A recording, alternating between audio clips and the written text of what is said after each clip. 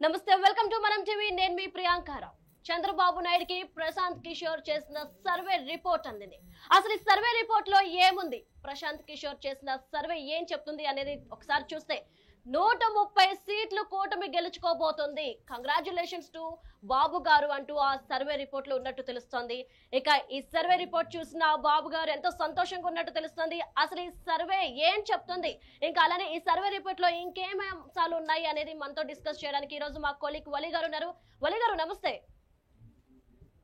నమస్తే ప్రియాంక చెప్పండి వలి గారు మొత్తం మీద చూస్తే ప్రశాంత్ కిషోర్ ఏదైతే సర్వే చేశారో ఆ సర్వే రిపోర్ట్ బాబు గారికి అందినట్టు తెలుస్తోంది అసలు ఏంటి సర్వే ఆ సర్వేలో అసలు ఏమేమి అంశాలు పొందుపరిచారు సో ఎస్ ప్రియాంక గత కొన్ని రోజులుగా మనం చూస్తూనే ఉన్నాము ప్రశాంత్ కిషోర్ ఆంధ్రప్రదేశ్ సంబంధించి ఆంధ్రప్రదేశ్ రాజకీయాలకు సంబంధించి చాలా స్పష్టంగా మాట్లాడుతూ ఉన్నారు గతంలో ఇచ్చిన ఇంటర్వ్యూలో కూడా వైఎస్ జగన్మోహన్ రెడ్డి గారు ఈసారి పరాజయం పొందబోతున్నారు అత్యంత ఘోర పరాజయం వైఎస్ జగన్మోహన్ రెడ్డి పొందబోతున్నారని చెప్పి చాలా ఇంటర్వ్యూలు కూడా ఆయన మాట్లాడే పరిస్థితి కనిపిస్తుంది కూటమికి విజయ అవకాశాలు ఎక్కువగా ఉన్నాయి కూటమి గెలవబోతుందని చెప్పి స్పష్టమైన సంకేతాలు ఇచ్చిన పరిస్థితి కనిపిస్తుంది ముఖ్యంగా ఇప్పుడు చంద్రబాబు నాయుడు గారు పోలింగ్ ముగిసిన తర్వాత అమెరికాకి వెళ్లారు ప్రశాంత్ కిషోర్ గారు గత కొన్ని రోజులుగా అనేక రాష్ట్రాల్లో ఉన్న పరిస్థితులకు సంబంధించి దేశవ్యాప్తంగా ఉన్న పరిస్థితులకు సంబంధించి అనేక ఇంటర్వ్యూలో మాట్లాడుతున్నారు ప్రశాంత్ కిషోర్ ఐపాక్ ఆంధ్రప్రదేశ్లో కలిసి పనిచేయట్లేదు ఆయన ఐపాక్ టీంతో నుంచి బయటకు వచ్చారు సో బయటకు వచ్చిన తర్వాత నిశ్చితంగా ప్రస్తుతం ఉన్న పరిస్థితుల్ని ఆయన గమనిస్తూ ఉన్నారు ఆయన ఒక సొంత టీంతో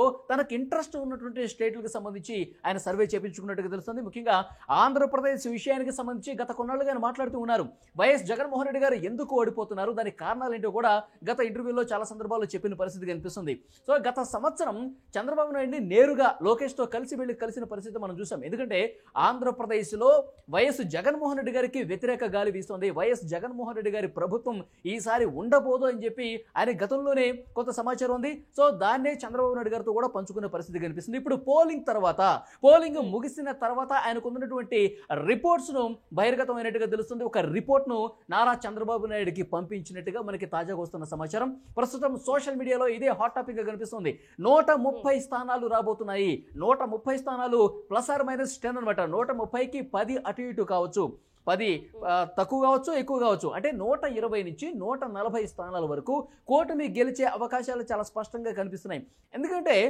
ప్రశాంత్ కిషోర్ గతంలో కూడా మనం చూసాము కేవలం జగన్మోహన్ రెడ్డి గారు సంక్షేమ పథకాలను నమ్ముకున్నారు ఒక ప్రొవైడర్గా వ్యవహరిస్తున్న పరిస్థితి కనిపిస్తుంది అంటే తాను ఒక రాజులాగా భావించి ప్రజలకి ఇట్లా డబ్బులు ఇచ్చేస్తే వాళ్ళు ఓట్లు వేసేస్తారు అభివృద్ధి అవసరం లేదు వాళ్ళకి యువతకు ఉద్యోగాలు అవసరం లేదు సో ఈ ఫ్యాక్టర్స్ ఏమీ పట్టించుకోకుండా రాష్ట్రానికి సంబంధించిన అభివృద్ధి డెవలప్మెంట్ కావచ్చు సో యువతకు మంచి అవకాశాలు కావచ్చు సో రైతులకు కావచ్చు మహిళలకు కావచ్చు అన్ని వర్గాలకు కూడా కేవలం డబ్బులు పనిచేస్తే సరిపోతుంది రాష్ట్రాన్ని పట్టించుకోకపోయినా పర్లేదు సో ఇదే ఆలోచనతో ఒక ప్రొవైడర్ లాగా భావించి ఆయన వ్యవహారం ఉంది కాబట్టి సో ఆంధ్రప్రదేశ్ ప్రజలు దీన్ని సహించే పరిస్థితి లేదు సో దీన్ని చాలా కాలంగా అబ్జర్వ్ చేస్తూ ఉన్నారు ప్రజలు సో ఇది నెగిటివ్గా మారే అవకాశం కనిపిస్తుంది డెఫినెట్గా ఆంధ్రప్రదేశ్లో జగన్మోహన్ రెడ్డి గారికి వ్యతిరేకమైనటువంటి సంకేతాలు ఇస్తున్నాయని చెప్పి చాలా స్పష్టంగా కనిపిస్తుంది గతంలో కూడా జాతీయ ఛానల్స్ ఇంటర్వ్యూలో కూడా ఇదే రకమైనటువంటి విషయాన్ని చెప్తూ ఉన్నారు ప్రశాంత్ కిషోర్ చాలా బల్లగుద్ది చెప్తున్నారు గతంలో కూడా చాలా సందర్భాల్లో చెప్పారు ఆంధ్రప్రదేశ్లో వైఎస్ జగన్మోహన్ రెడ్డి గారికి ఓటమి తప్పదు వైసీపీ ఓడిపోక తప్పదు అని చెప్పి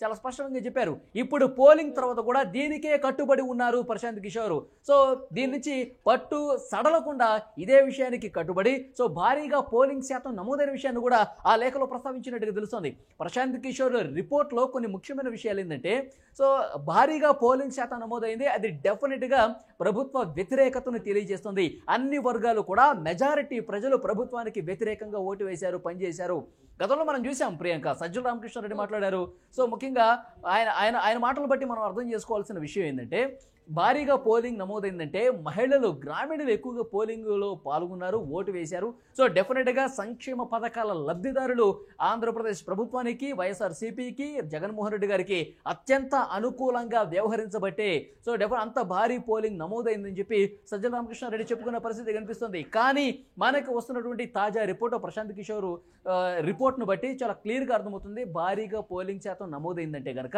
దేశ విదేశాల నుంచి కూడా ఓటు వేయడానికి వచ్చారంటే కనుక పక్క రాష్ట్రాల్లో బస్సులు కట్టుకుని మరి తమ సొంత వెహికల్స్ పెట్టుకుని వచ్చారంటే కనుక ఇంత భారీ పోలింగ్ నమోదైందంటే డెఫినెట్గా జగన్కు వ్యతిరేకంగా ఓటేశారు ప్రజలందరూ ఆంధ్రప్రదేశ్లో ఉన్నటువంటి బాధితులు ఎవరైతే ఉన్నారో వాళ్ళు ఓటేయడంతో పాటు ఈ ప్రభుత్వం మారాలని సొంత రాష్ట్ర ప్రజలు ఎవరైతే కోరుకున్నారో వాళ్ళు ఓటేయడంతో చెప్పడంతో పాటు బయట నుంచి కూడా వచ్చినటువంటి ఆంధ్రప్రదేశ్ వాసులు బలంగా కూటమికి ఓటు వేశారు కాబట్టి కూటమి చాలా సునాయాసంగా గెలిచే అవకాశం ఉందని చెప్పి చాలా స్పష్టంగా ఉన్నటువంటి పరిస్థితి కనిపిస్తుంది. సో డెఫినెట్గా ప్రశాంత్ కిషోర్ గతంలో కూడా చాలా రాష్ట్రాల్లో పనిచేశారు. ఐపాక్ టీంతో కలిసి ఉన్నారు. ఐపాక్ టీంతో అనేక రాష్ట్రాల్లో సర్వేలు చేసి ఆయా పార్టీలకి అనుకూలంగా పనిచేసి వాళ్ళని విజయ తీరాలకు చేర్చినటువంటి పరిస్థితి ఉంది. 80% రాష్ట్రాల్లో 80% ఆయన ట్రాక్ రికార్డ్ చూసుకుంటే కనుక సక్సెస్ అయిన పరిస్థితి కనిపిస్తుంది. అనేక పార్టీలని ప్రభుత్వాలుగా మార్చే ప్రభుత్వంలోకి తీసుకొచ్చే ప్రయత్నం ఆయన గతంలో చేశారు. డెఫినెట్గా సఫలీకృతులయ్యారు. సో ప్రశాంత్ కిషోర్ ఏదైతే సర్వే చేస్తారో, ప్రశాంత్ కిషోర్ ఏదైతే చెప్తారో, సో దానికి ఎంతో కొంత నమ్మదగిందిగా ప్రజలు కూడా భావిస్తున్న పరిస్థితి కనిపిస్తుంది. పార్టీలు కూడా భావిస్తున్నాయి. కాబట్టి ప్రశాంత్ కిషోర్ ఆయన్ని యూజ్ చేసుకుని ఆయన టీంని వాడుకుని సో పార్టీలు ప్రభుత్వంలోకి వచ్చే పరిస్థితి ఉంటుంది. సో డెఫినెట్గా ప్రశాంత్ కిషోర్ మాటలు నమ్మదగిందే. ఇప్పుడు ప్రశాంత్ కిషోర్ ఏదైతే లేటెస్ట్ రిపోర్ట్ పోలింగ్ తర్వాత 81.86% భారీ పోలింగ్ నమోదైన తర్వాత ఆంధ్రప్రదేశ్లో ఉన్నటువంటి అన్ని జిల్లాలకు సంబంధించి రిపోర్ట్స్ సేకరించుకుని అన్ని జిల్లాల్లో ఆయా నియోజకవర్గాల్లో ఎలాంటి పరిస్థితులు ఉన్నాయో బేరీజు వేసుకుని గతంలో ఏదైతే చెప్పారో దానికి కట్టుబడి 130కి పైగా స్థానాల్లో గెలిచే అవకాశం కనిపిస్తుంది. +-10 120 నుంచి 140 మధ్య ఏదో ఒక నెంబర్ వచ్చే అవకాశం చాలా స్పష్టంగా కనిపిస్తుందని ఆ రిపోర్ట్లో తెలుస్తుంది. అడ్వాన్స్ కంగ్రాచులేషన్స్ బాబు గారు అని చెప్పి కూడా ఆయన పంపించిన పరిస్థితి కనిపిస్తుంది. సోషల్ మీడియాలో ప్రస్తుతం ఇదే విషయం హాట్ టాపిక్ అయినటువంటి పరిస్థితి కనిపిస్తుంది. ఎందుకంటే ఇంకా ఎన్నో రోజులు లేదు. ప్రశాంత్ కిషోర్ ఈ మాట ఇప్పుడు చెప్తున్నారు కానీ సో ఇక రిజల్ట్కి ఎన్ని రోజుల సమయం ఉంది? 4వ తారీఖు రిజల్ట్ వచ్చేస్తుంది. ఎవరి భవితవ్యం ఏంటో తెలిసిపోతుంది. ఆయన గత సంవత్సర కాలంగా చెప్తున్నారు. గతంలో కూడా కూటమి వైపే ఉన్నారు, ప్రజలు జగన్కి వ్యతిరేకంగా ఉన్నారని చెప్తున్నారు. ఎలక్షన్స్కి అంటే ఎన్నికలు కూడా రావడానికి ముందు చెప్పారు. ఎన్నికలు కూడా వచ్చిన తర్వాత జాతీయ ఛానల్స్కి ఇంటర్వ్యూస్ చెప్తున్నారు. ఇప్పుడు కూడా చెప్తున్నారు. ఇంకా రిజల్ట్ వారం 10 రోజుల్లో వస్తుందనగా కూడా దీనికి స్టిక్ అనిపోయి చాలా బలంగా బల్లగుద్ది మరీ చెప్తూ ఉన్నారు. సో ప్రశాంత్ కిషోర్ చెప్తున్నటువంటి ఈ విషయాలు రిపోర్ట్ను బట్టి చాలా మంది కూడా దీన్ని సర్క్యులేట్ చేస్తున్న పరిస్థితి కనిపిస్తుంది సోషల్ మీడియాలో. ఇంకొక మాట కూడా చెప్పారు. చాలా మంది కూడా తమ కాన్ఫిడెన్స్ని కోల్పోకుండా ఇంకా ప్రకటనలు చేస్తూనే ఉన్నారు కదా అని చెప్పి ఒక అడిగిన ప్రశ్నకు ఆయన గతంలో ఒక మాట చెప్పారు. వైఎస్ జగన్మోహన్ రెడ్డి గారు చాలా కాన్ఫిడెన్స్గా కనిపించారు. 151 స్థానాల కంటే గతంలో 2019లో 151 వచ్చాయి. దానికి మించి ఈసారి విజయం మనల్ని వరిస్తుంది అని చెప్పి ఆయన ఒక మాట చెప్పారు. సో అద్భుతమైన విజయం ఈసారి మనం సాధించబోతున్నాం అని చెప్పారు. సో దీనికి కౌంటర్ ఇస్తూ ప్రశాంత్ కిషోర్ ఒక మాట చెప్పారు. అంటే చాలా పార్టీలు కూడా రిజల్ట్స్ రిలీజ్ అయ్యే రోజు ఇంకా రిజల్ట్స్ 3-4 రౌండ్లు పూర్తయిన తర్వాత కూడా నెక్స్ట్ రౌండ్స్లో మనమే గెలుస్తున్నాం, నెక్స్ట్ రౌండ్స్లో మనదే మెజార్టీ కాబోతుందని చెప్పి ఇంకా కాన్ఫిడెన్స్ కనబరుస్తూనే ఉంటారు. అంత ఈజీగా ఓటమిని ఒప్పుకోరు అని చెప్పి చాలా స్పష్టంగా ఆయన చెప్పిన పరిస్థితి కనిపిస్తుంది. సో జగన్మోహన్ రెడ్డి విషయంలో కూడా ఇదే జరగబోతోంది. వైఎస్ఆర్సీపీ విషయంలో డెఫినెట్గా 100% ఇదే జరగబోతుందని చెప్పి చాలా స్పష్టంగా చెప్పారు. 2 రోజుల ముందు కూడా ఆయన రియాక్ట్ అయిన పరిస్థితి కనిపిస్తుంది. చూస్తే గనక Jaganmohan Reddy last time IPAC team తో మీట్ అయినప్పుడు కొన్ని మాటలు అన్నారు. అంటే మళ్ళీ వైఎస్ఆర్సీపీనే అధికారం చేపట్టబోతోంది, ఇక్కడ ప్రశాంత్ కిషోర్ చేసింది ఏమీ లేదు, కేవలం మీరే పనిచేశారు, అయితే ఎవరైతే ఐపాక్ టీమ్ లో ఉన్నారో వారే కష్టపడ్డారు, ఇదంతా వారి కష్టమే అంటూ కూడా అన్నారు. నిజంగానే ప్రశాంత్ కిషోర్ చేసింది ఏమీ లేదా? అసలు ఏంటి ఐపాక్ గురించి అసలు ఏమంటారు? ఎస్ ప్రియాంక, లండన్ కి వెళ్లే ముందు వైఎస్ జగన్మోహన్ రెడ్డి గారు ఐపాక్ టీమ్ తో భేటీ అయ్యారు. భేటీ అయ్యి చాలా క్లియర్ గా ఆయన కాన్ఫిడెన్స్ అందరూ కూడా ఆశ్చర్యపోయిన పరిస్థితి కనిపిస్తోంది. 151 కంటే ఎక్కువ వస్తే 22 ఎంపీ స్థానాల కంటే ఎక్కువ గెలుస్తున్నాం, మీరంతా చాలా బాగా పనిచేశారని చెప్తూనే ప్రశాంత్ కిషోర్ కు మీరు అన్నట్టు ఆయన కౌంటర్ ఇచ్చిన పరిస్థితి కనిపిస్తుంది. ప్రశాంత్ కిషోర్ చేసిందేమీ లేదు, ఆయన పూర్తిగా చేసింది శూన్యం, ఆయన వల్ల ఏమీ కాదు, ఇప్పుడు వేరే వాళ్ళకి ప్రశాంత్ కిషోర్ అమ్ముడిపోయి మనకి వ్యతిరేకంగా మాట్లాడుతున్నాడు, కానీ బాగా పనిచేసింది మీరు, బాగా ఈ టీం పనిచేయడం వల్లే గతంలో మనం అద్భుతమైన విజయం నమోదు చేశాం, ఈ టీం నాతోనే ఉంది, సో ఈసారి కూడా మనమే అధికారంలోకి రాబోతున్నాం, మంచి విజయం నమోదు చేయబోతున్నాం అని చెప్పి చాలా స్పష్టంగా ప్రశాంత్ కిషోర్ చెప్పినట్టు జగన్మోహన్ రెడ్డి చెప్పిన పరిస్థితి కనిపిస్తుంది ప్రశాంత్ కిషోర్ని ఉద్దేశించి. అయితే ప్రశాంత్ కిషోర్ ఏమంటారంటే, ప్రశాంత్ కిషోర్ చెప్పిన మాటలు ఒకసారి మనం పరిస్థితి గమనిస్తే కనుక, ప్రశాంత్ కిషోర్ ఇప్పుడు ఆంధ్రప్రదేశ్లో ప్రభుత్వంతో పనిచేయట్లేదు, పార్టీతో పనిచేయట్లేదు, ప్రశాంత్ కిషోర్ బయటికి వెళ్ళారు, ఇప్పుడు ఐపాక్ టీం పూర్తిగా తనకు తానుగా పనిచేసుకున్న పరిస్థితి కనిపిస్తుంది. ముఖ్యంగా ఈ ఐపాక్ టీం విషయానికి వస్తే గతంలో కూడా గత వారమే అనుకుంటా బహుశా ఐపాక్ టీం మెంబర్స్ ఎలాంటి పరిస్థితి కనబరిచారో మనం చూసాం, ఎలాంటి పనితీరు కనబరిచారో మనం చూసాం. ఒక్కొక్కరు అందులో కనిపించేటువంటి ఒక్కొక్కరు ఏ రకమైనటువంటి భాష వాడారు, అసలు అంటే లబ్ధిదారులుగా తమను తాము చిత్రీకరించుకుని ఏ విధంగా కామెడీని పండించారో మనం చూసాం. అంటే ఐప్యాక్లో పనిచేసే మెంబర్సే ఆయా జిల్లాల్లోకి వెళ్ళిపోయి ఆయా నియోజకవర్గాల్లోకి వెళ్ళిపోయి మేమే లబ్ధిదారులు అని చెప్పుకుంటూ వాళ్ళు ఏ రకంగా మాట్లాడారో మనం చూసాం. వాళ్ళు ట్రోల్ అయిన పరిస్థితి కూడా మనం చూసాం. అంటే సో పూర్తిగా ఆంధ్రప్రదేశ్లో ప్రభుత్వం బాగుంది, వైఎస్ఆర్సీపీ చాలా బాగా పనిచేస్తుంది, నాకు ఇల్లు వచ్చిందండి, నవరత్నాల్లో భాగంగా ఆ సంక్షేమ పథకంలో భాగంగా నేను లబ్ధిదారుల్ని, నాకు ఇల్లు వచ్చింది, తర్వాత నాకు చేయూత వచ్చింది, సో నాకు ఉద్యోగం వచ్చిందని చెప్పి వాళ్ళు లబ్ధిదారులుగా నిజమైన పేద ప్రజలకు సంబంధించిన లబ్ధిదారులు ఎవరైతే ఉంటారో వాళ్ళతో మాట్లాడించాలా, వీళ్లే చిత్రీకరించుకొని ప్రభుత్వం బాగా పనిచేస్తుంది, జగనన్నే మాకు కావాలి, జగనన్నకే మేము మళ్ళీ ఓటేస్తాము, జగనన్న అసలు చంద్రబాబు పవన్ కళ్యాణ్ ఎవరండి, జగనన్న ఉండగా అని చెప్పి సో పూర్తిగా ఎత్తేసే కార్యక్రమానికి వాళ్ళు శ్రీకారం చుట్టారు. రాష్ట్ర వ్యాప్తంగా వీళ్ళు ఏ రకంగా పనిచేశారు, అభూత కల్పన చేసి ఒక మాయా ప్రపంచాన్ని ఏ విధంగా సృష్టించారు ప్రభుత్వానికి అనుకూలంగా అని చెప్పి వాళ్ళకి సంబంధించిన బయటకు వచ్చిన తర్వాత, మాట్లాడిన విషయాలు బయటకు వచ్చిన తర్వాత సో రాష్ట్రం మొత్తం చూసింది కదా. మరొక ముఖ్యమైన విషయం ప్రియాంక, విశాఖలో గ్లోబల్ ఇన్వెస్టర్స్కి సంబంధించి పెట్టుబడులకు సంబంధించి ఒక సదస్సు జరిగితే ఐప్యాక్లో ఉన్న మెంబర్సే వాళ్ళు డ్రెస్సులు వేసుకుని ఐడి కార్డ్స్ పెట్టుకుని మేము లండన్ నుంచి వచ్చాము, మేము సింగపూర్ నుంచి వచ్చాము, మేము యువ పారిశ్రామికవేత్తలు అని చెప్పి చెప్పుకున్న పరిస్థితి కనిపిస్తుంది. కట్ చేస్తే మొన్న ఐప్యాక్ టీంతో సెల్ఫీ దిగారు కదా వైఎస్ జగన్మోహన్ రెడ్డి గారు, ఆ సెల్ఫీలో చాలా స్పష్టంగా వాళ్ళ ముగ్గురు కూడా కనిపించిన పరిస్థితి కనిపిస్తుంది. అంటే యువ పారిశ్రామికవేత్తలు ఎవరు రాలేదు, సింగపూర్ నుంచి ఎవరు రాలేదు, పెట్టుబడులు ఎవరు పెట్టలేదు, ఆంధ్రప్రదేశ్లో అసలు పెట్టుబడులు పెట్టిన పరిస్థితి లేదు, ఉన్న పరిశ్రమలు కూడా బయటకు పోయిన పరిస్థితి కనిపిస్తుంది, ఉన్న ఉద్యోగాలు కూడా కోల్పోయిన పరిస్థితి కనిపిస్తుంది. సో పేద రాష్ట్రంగా మిగిలిపోయింది ఆంధ్రప్రదేశ్ అని సో ఎవరైతే విమర్శలు చేస్తున్నారో అది నిజమయ్యే విధంగా ఐప్యాక్ టీం వ్యవహారం కనిపించిన పరిస్థితి మనం క్లియర్గా అబ్జర్వ్ చేశాం. అంటే ఇప్పుడు గతంలో ప్రశాంత్ కిషోర్ ఐప్యాక్ టీం నడిపించారు, ఐప్యాక్ టీంతో కలిసి ఉన్నారు, ఆంధ్రప్రదేశ్లో వైఎస్ఆర్సీపీకి అనుకూలంగా పనిచేశారు. అప్పుడు ప్రశాంత్ కిషోర్ ఉన్నారు. ఇలాంటి ట్రోలింగ్స్, ఇలాంటి వ్యవహారం, ఇలాంటి అభూత కల్పనలు సృష్టించిన పరిస్థితి, ఇంత మాయ చేసిన పరిస్థితి గతంలో ఎక్కడ కనిపించలేదు ప్రియాంక. కానీ ఇప్పుడు చాలా స్పష్టంగా ప్రశాంత్ కిషోర్ లేని పరిస్థితి చాలా క్లియర్గా మనం అబ్జర్వ్ చేస్తున్నాం. సో పూర్తిగా అబద్ధాల ప్రచారం చేసి అసలు లబ్ధిదారులు కాని వాళ్ళని వాళ్ళే చిత్రించుకుని మేమే లబ్ధిదారులు అని చెప్పి జగన్మోహన్ రెడ్డి గారిని పొగడతలతో ముంచేస్తూ ఈ ప్రభుత్వం ఆహా ఓహో అని చెప్పుకున్న పరిస్థితి మనం చూసాం. సో డెఫినెట్గా ప్రశాంత్ కిషోర్ ఉన్న ఐప్యాక్ టీం ఏంటి, ప్రశాంత్ కిషోర్ లేని ఐప్యాక్ టీం ఏంటి, చాలా స్పష్టంగా ఇక్కడ ప్రజలకు అర్థమైన పరిస్థితి కనిపిస్తోంది. సో డెఫినెట్గా ఐప్యాక్ టీంకి సంబంధించి డొల్లతనం పూర్తిగా ప్రజలందరూ కూడా చూసిన పరిస్థితి కనిపిస్తుంది. సో జగన్మోహన్ రెడ్డి కేవలం సంక్షేమాన్ని నమ్ముకున్నారు, డబ్బులు ఇస్తే సరిపోతుంది, అభివృద్ధి చేయాల్సిన అవసరం ఏమీ లేదు అని చెప్పి ఆయన భావించారు. కాబట్టి అదే ఆయన ఓటమికి తొలి మెట్టు అని చెప్పి ప్రశాంత్ కిషోర్ చాలా స్పష్టంగా కనిపిస్తున్న పరిస్థితి కనిపిస్తుంది. ఇప్పుడు పోలింగ్ తర్వాత ప్రియాంక మళ్ళీ మరొక విషయం ఏంటంటే ఈరోజు ప్రశాంత్ కిషోర్ ఇంత స్ట్రాంగ్ గా టీడీపీ రాబోతుంది, ఆ కూటమే మళ్ళీ అధికారాన్ని చేపట్టబోతుంది అని ఇంత స్ట్రాంగ్ గా చెప్పడానికి గల కారణాలు ఏమనుకోవచ్చు? సో ప్రశాంత్ కిషోర్ గత సంవత్సరం కాలంగా, అంటే 2 సంవత్సరాలు అనుకోండి, 2 సంవత్సరాలుగా చాలా నిశితంగా గమనిస్తూ ఉన్నారు ఆంధ్రప్రదేశ్కు ఈ ప్రభుత్వం ఏం చేసింది, వైఎస్ జగన్మోహన్ రెడ్డి గారు ముఖ్యమంత్రి అయిన తర్వాత ఏం చేశారు, ప్రజలకు ఏం వనగూరింది.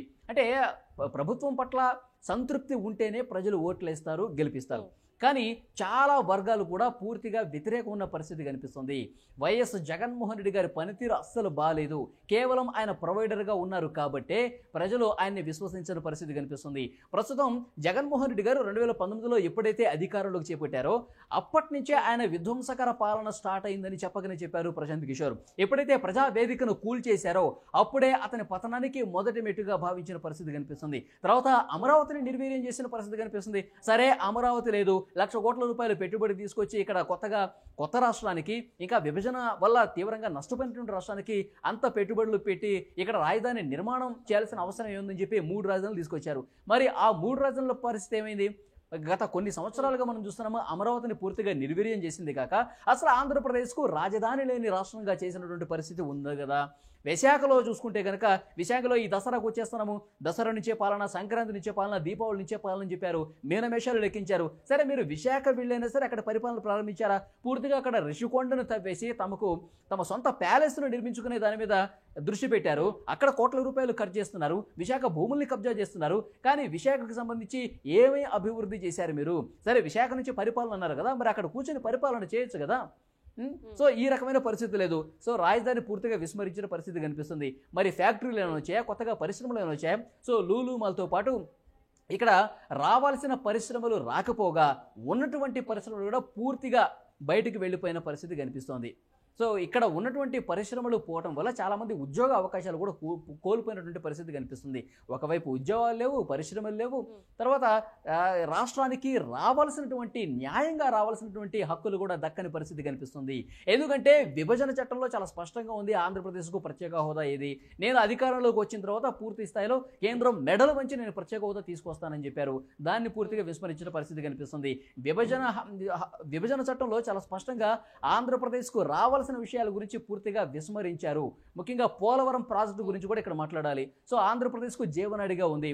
పోలవరాన్ని చంద్రబాబు గారు హయాంలో ఆయన ముఖ్యమంత్రిగా ఉన్నప్పుడు ప్రతి సోమవారం పోలవరం చెప్పి కార్యక్రమం తీసుకొని పోలవరాన్ని సమీక్షించిన పరిస్థితుంది. కానీ జగన్మోహన్ రెడ్డి గారు ముఖ్యమంత్రి అయిన తర్వాత దాన్ని పూర్తిగా పడకేసేశారు. సో కేంద్రం సహకరించట్లేదని ఒక సాకు చెప్పడం తప్ప పోలవరం త్వరగా పూర్తి చేయాలని ఒక ధ్యాస లేదు. ముఖ్యంగా పోలవరానికి సంబంధించి పూర్తిగా పడకేసిన పరిస్థితుంది. పోలవరం గురించి పట్టించుకోవట్లేదు. సో మిగతా సాగునీటి ప్రాజెక్టులు కూడా అసలు నత్తనడకన సాగుతున్న పరిస్థితి కనిపిస్తుంది.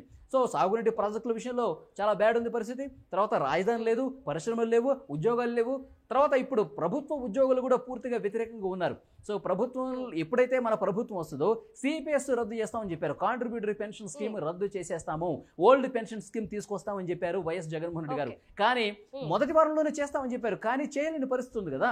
సో ఉద్యోగులు కూడా పూర్తి స్థాయిలో వ్యతిరేకంగా కనబరుస్తూ ఉన్నారు. అన్ని వర్గాలు వ్యతిరేకంగా కనబరుస్తున్న పరిస్థితి కనిపిస్తుంది. ఈ ఫ్యాక్టర్స్ అన్ని బేరీజ్ వేసుకుని గత సంవత్సర కాలంగా చెప్తూనే ఉన్నారు ప్రశాంత్ కిషోర్, ప్రభుత్వం పూర్తిగా నెగిటివ్ మోడ్లో కొనసాగుతోంది. జగన్మోహన్ రెడ్డి గారికి వ్యతిరేకంగా పూర్తిగా ప్రజలు ఉన్నారు. ఆయన ఘోర ఓటమిని చవిచూడబోతున్నారు. ఆయన ఘోర పరాజయం తప్పదు అని చెప్పి గతంలో ఏదైతే చెప్పారో ఆ మాటకి కట్టుబడి ప్రశాంత్ కిషోర్ ఇప్పటికీ దానికి స్టిక్ అయి ఉన్నారు. సో డెఫినెట్గా వచ్చేది కూటమే అని చెప్పి సో లేటెస్ట్ రిపోర్ట్ పోలింగ్ ముగిసిన తర్వాత లేటెస్ట్ రిపోర్టు ఆయన అందజేసినట్టుగా తెలుస్తుంది. చంద్రబాబు నాయుడు చేతికి ఆ రిపోర్ట్ వెళ్ళినట్టుగా తెలుస్తుంది. అడ్వాన్స్ కంగ్రాచులేషన్స్ కూడా చెప్పిన పరిస్థితి కనిపిస్తుంది. 130 అంటే 120 నుంచి 140 మధ్యలో ఏ ఫిగర్ అయినా కూటమికి వస్తుంది. మీరు గుండె మీద చేతులు వేసుకొని హ్యాపీగా ఉండొచ్చని ఆయన చెప్పిన పరిస్థితి కనిపిస్తోంది. Priyanka, right, thank you so much Wali గారు.